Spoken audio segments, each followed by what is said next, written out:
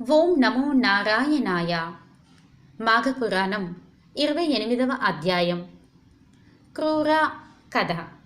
కృత్స్న మహర్షి జహ్నమునితో ఇట్లనెను. మాఘమాసమున నదీ ప్రవాహ స్నానము చేసి శ్రీహరిని పూజించి మాఘవ్రతము ఆచరించిన వాని పుణ్యభాగ్యమును వినుము.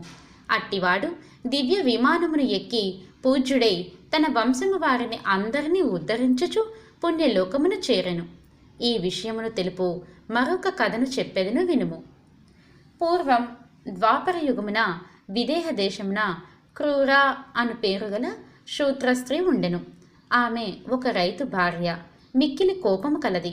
ఆ దంపతులకు జ్ఞానియగు పుత్రుడు కలడు. అతడు దయావంతుడు, ధర్మాచరణ అంటే ఇష్టం కలవాడు. వాని భార్య పతిభక్తి కలిగినది, ఉత్తమరాలు. ఆమెకును ధర్మ కార్యములను చేయుటయందు ఇష్టం కలదు.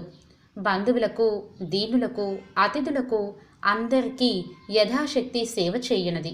అత్తమామలకి ఎప్పుడునూ సేవ చేస్తూ ఉండెను. క్రూర కోడలిని ఏ దోషము లేకున్నను నిందించెడిది, కొట్టెడిది.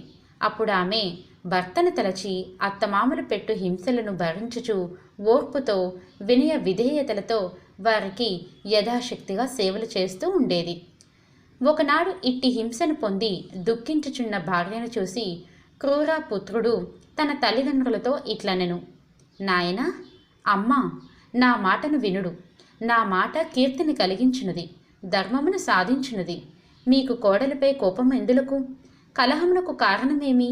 మీ శరీరములకును బాధను కలిగించు ఈ కోపముతో మీకేం ప్రయోజనం? సర్వ సంపదలను నశింపచేయు కలహాలు ఎందుకు? నేను కానీ నా భార్య గాని మీకేమి అపకారమును చేసితిమి? మీ ఈ కోపమునకు కారణమేమియూ నాకు కనిపించుటలేదు.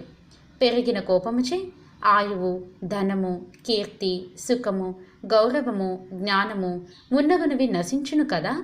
సర్వజ్ఞులైన పెద్దలైన మీరు కోపమును మాని మాయందు దయను చూపి సర్వజన సమ్మతమైన ఓర్పు వహించుడు అని పలికెను. పుత్రుని మాటలను విని క్రూర భర్తతో పాటు మిక్కిలి కోపముతో ఇట్లనెను. మూర్ఖుడా, పో పొమ్ము. నీవెంత, నీ భార్య ఎంత? తల్లిదండ్రులకి ఇట్లు నీతి బోధన చేయు నిన్ను, నీ భార్యను ఏమి చేసినను తప్పులేదు అని పలికి కొడుకును కోడలిని మరలా మాటిమాటికి పలుమార్లు నిష్కారణముగా కొట్టెను. ఇట్లు దెబ్బలు తినుచున్న పుత్రుడు రోషమును చెందెను, కాని సహజమైన శాంతమును పొందెను. అయ్యో, తల్లిదండ్రులను ద్వేషించుట ఎంత తప్పు! అట్టివారు శాశ్వతముగా నరకమునకు పొందుదురు కదా. తల్లిదండ్రులకు సమానమైన దైవము వేరొకటి లేదు. స్త్రీకి భర్తను మించిన దైవమును లేదు కదా. విష్ణువుతో సమాన దైవము, గంగతో సమానమగు తీర్థము లేవు కదా అని తలచెను. భార్యను తగు మాటలతో ఊరడించెను. ఓర్పుగా ఉండమని సమాధానపరచెను. కోపిష్టియగు క్రూర కోడలను కొట్టి ఒక గదిలో ఉంచి తలుపులను మూసివేసెను. ఆమె కుమారుడు ఈ ఆకృత్యమును చూసి తల్లి ఏమియో అనలేక, పితృభక్తి వలన ఏమియో చేయలేక మౌనముగా బాధపడుచు పూర్వం వల్లనే తల్లిదండ్రులకు సేవ చేస్తూ ఉండెను. కోడలు ఆ గదిలో 7 రోజులు అన్నము నీరు లేక ఆ విధముగా నిర్బంధములో ఉండెను. ఇరుగు పొరుగువారు, బంధువులు, మిత్రులు ఈ పని కూడదని చెప్పినను క్రూర వారి మాటలను వినిపించుకొనలేదు. కోడలిని అట్లే నిర్బంధించి పీడించెను. 7వ దినమున కోడలు అన్నము నీరు లేకుండుటచే దుఃఖించి కృశించి మరణించెను. 12వ దినమున క్రూర కుమారుడు భార్యను చూడవలెనని తల్లికి తెలియకుండా తలుపు తెరచి చూసెను. మరణించిన భార్యను చూసి సంతాపము నొంది నిశ్చేష్టుడై ఉండెను. కొంతకాలమునకు స్పృహ వచ్చి చిరకాలము దుఃఖించెను. గాలికి పడిన చెట్టు వలె దుఃఖ భారముచే నేలపై పడెను. క్రూరయు తలుపు తెరిచి ఉండుటను గమనించి కోపించెను. మరణించిన కోడలని దుఃఖ వివసుడైన పుత్రుని చూసెను. ఆశ్చర్యం! ఆమెకును దుఃఖము ఎక్కువగా వచ్చెను. ఆమె చేతులతో కొట్టుకొనుచు చిరకాలము శోకించెను. ఆమె ఏడ్పును విని అందరూ ఏమి అనుచు చూడవచ్చిరి. విషయమును తెలుసుకుని క్రూరను బహువిధములుగా నిందించిరి. కొందరు బంధువులు కోడలి శవమును కొనిపోయి దహనము చేసిరి. క్రూర కుమారుడు దుఃఖమును భరింపలేక అచట ఉండలేక గంగా తీరమును చేరెను. కొంతకాలమునకు శోకభారమున మరణించెను. క్రూర పశ్చాత్తాపమును పొందెను. పుత్ర శోకమును భరింపలేక చిరకాలం దుఃఖించెను. ఆమె భర్తయు శోకించును. వారట్లో అధికముగా శోకించుటను చూసి జనులందరూ విచారించిరి. కాని ఈ సమయమున విచారించి లాభమేమి? పుత్రశోకమును భరింపలేక నిద్రాహారములు మానిన వారు కొంతకాలమునకు మరణించిరి, యమలోకమును చేరిరి.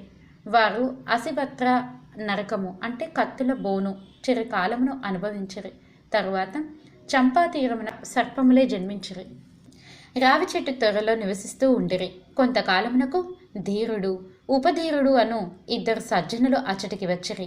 చంపా నదిలో మాఘమాస స్నానం ఆచరించి సర్ప దంపతులున్న చెట్టు కింద శ్రీహరిని అర్చించిరి. మాఘమాస మహిమను పురాణముగా చెప్పుకొనిరి. సర్ప దంపతులు శ్రీహరి పూజను చూచుట వలన, శ్రీహరి మహిమను వినుట వలన వారి పాపములు పోయినవి, పుణ్యము కలిగెను. వారు వెంటనే సర్పదేహములను విడిచి దివ్య దేహములను ధరించిరి. వారికై దివ్య విమానము వచ్చెను. శ్రీహరి సాన్నిధ్యమును చేరిరి. జహ్నుముని వర్య, మాఘమాస వ్రతం ఇట్టిదని ఇంతకాలం చెప్పినను పూర్తి కాదు. ఇంతమందియే మాఘమాస వ్రత మహిమ వలన తరించిరని చెప్పుటకు వీలు లేదు. ఎన్నో యుగముల నుండి ఎంతమందియో ఉత్తమ మునులు, సజ్జనులు, రాజులు, వైశ్యులు, బ్రాహ్మణులు, శూద్రులు, పురుషులు, స్త్రీలు, బాలురు, పశుపక్షాదులు, వారు వీరనేలా సర్వ ప్రాణులను మాఘమాస వ్రతము ఆచరించుట వలన, చూచుట వలన, వినుట వలన తరించిరి. ఎట్టి పాపాత్ముడైనను మాఘమాస వ్రతము ఆచరించినచో చేసిన పాపము పోయి పుణ్యలోకములు కలుగునటకు ఎన్ని ఉదాహరణములు చెప్పగలను? ఎన్నియో ఉదాహరణములు ఉన్నవి అని కృష్ణమద మహాముని జహ్నుమునికి మాఘమాస వ్రత మహిమను వివరించెను. ఇది మాఘపురాణం 28వ అధ్యాయం సంపూర్ణం.